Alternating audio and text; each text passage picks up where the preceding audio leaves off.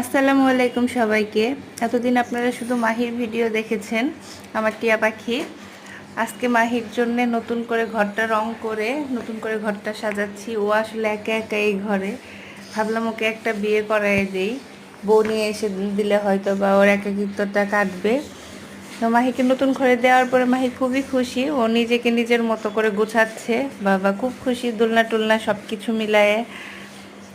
এখন ওর বউ দেখি পছন্দ হয় কি না। আমরা একটা ওর জন্য বউ নিয়ে এসেছি, ও তো নতুন, এই জন্য আমি হাতে গ্লাভস পরছি। মাহিকে নিতে হলে হাতে গ্লাভস পরতে হয় না, কারণ মাহি আমাদের কামড় দেয় না, ও যদি কামড় দেয় এই জন্যই গ্লাভসটা পরছি। যাই হোক, দেখি মাহির রিয়াকশনটা কি আসলে নতুন বউকে পেয়ে। অনেক সময় দেখা যায় যে আসলে দুইটা পাখি একসাথে দিলে ওদেরকে না মিললে দুইজন মারামারি করে বা এক খাঁচায় থাকতে পারে না। দেখা যাক। না, মাহি আসলেই ভদ্র, দেখছেন মাহি ওকে কিচ্ছু করতেছে না, আস্তে আস্তে ডাকতেছে, ওর সাথে ভাব জমাইতেছে। ও আসলেই ভদ্র। একাকিত্ব যে